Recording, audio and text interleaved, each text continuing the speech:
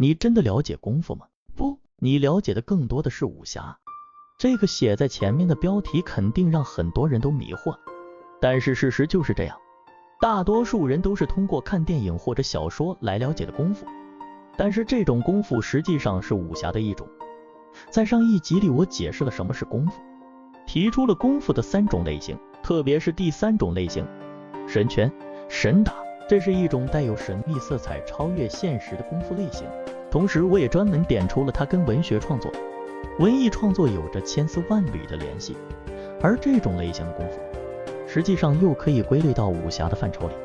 那么究竟什么是武侠呢？我为什么会这么归类呢？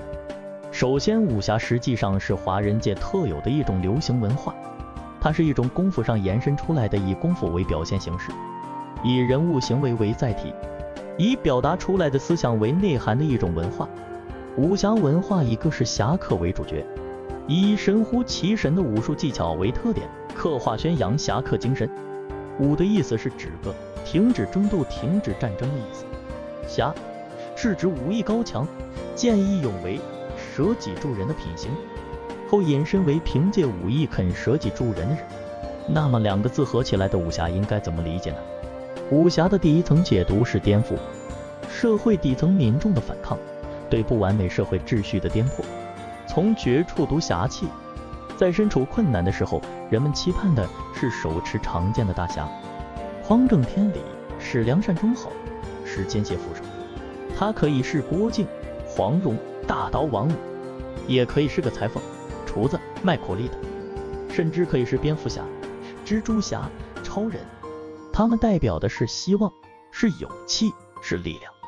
武力是人最原始的能力和冲动，不关乎权势、地位、资源和金钱，是底层人与生俱来的武器。如以文乱法，侠义武犯禁，天下有变，揭竿而起，平民武力可以改变秩序，而侠则给武力加上一层道德的正义感。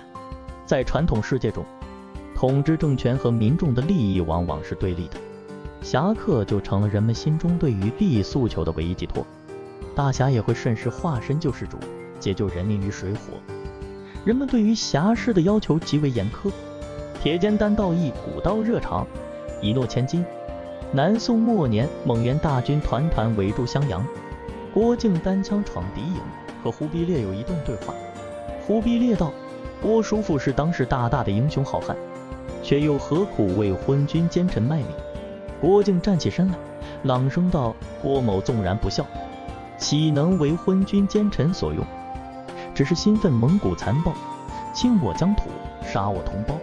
郭某满腔热血，是为我神州千万老百姓而洒，和平时代是没有大侠的。武侠的第2层意思是极尽所能的浪漫和自由。书中的境界，独霸眼倦，豪气终生，吼尖火烫，讲到生死之交的洒脱，有王栋、郭大陆、殷期、林太平，有杨铁心和郭啸天；讲到红颜知己的温情，有苗若兰、程灵素、程英、霍青桐，有朱七七、风四娘和苏英；讲到万人敬仰的高昂，有郭靖、乔峰、陈近南，有叶孤城、西门吹雪和谢家三少。武侠的核心是对自由的争取，是对人生不受束缚的极大展望，是对情感诉求的强力表白。爱想爱的人，交一辈子的朋友，做值得做的事。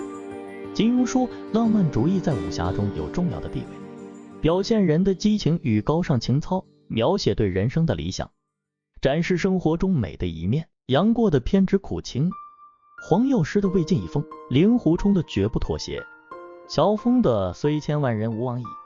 自由的世界里，才能活出自由的人格。武侠承载着人们的自由意念，武侠同时也在诠释着纯粹的价值观。墨子说，一人一义，十人十义，百人百义，千人千义。侠往往合一并行，彰显着心中的善恶准则，决定着剑下的手段分寸。武侠实际上无法去定义的，因为每个人的心中都有一个江湖，也都有一个武侠世界。你心中的武侠隐于闹市间，温酒斩无赖；他心中的武侠伏在酒香里，深藏功与名。我心中的武侠阴安照白马，飒沓如流星。侠在每个人的心中都有不同的定义。射雕的郭靖，西兴的令狐，李探花力不虚发，陆小凤灵犀一指。书中自有一番境界，你我看了拍案叫绝，胸中有豪气，滚在喉咙间。精彩处你忘了现实与武侠，口中叫着快哉快哉。武侠是那风陵渡口客栈里宋武的娓娓道来，武侠是那思过崖上风清扬的闲逸洒脱，武侠也是那藏经阁里的扫地僧，是牛家村的铁枪，是妓院里长大的小龟子，是跳梁小丑的一场大梦。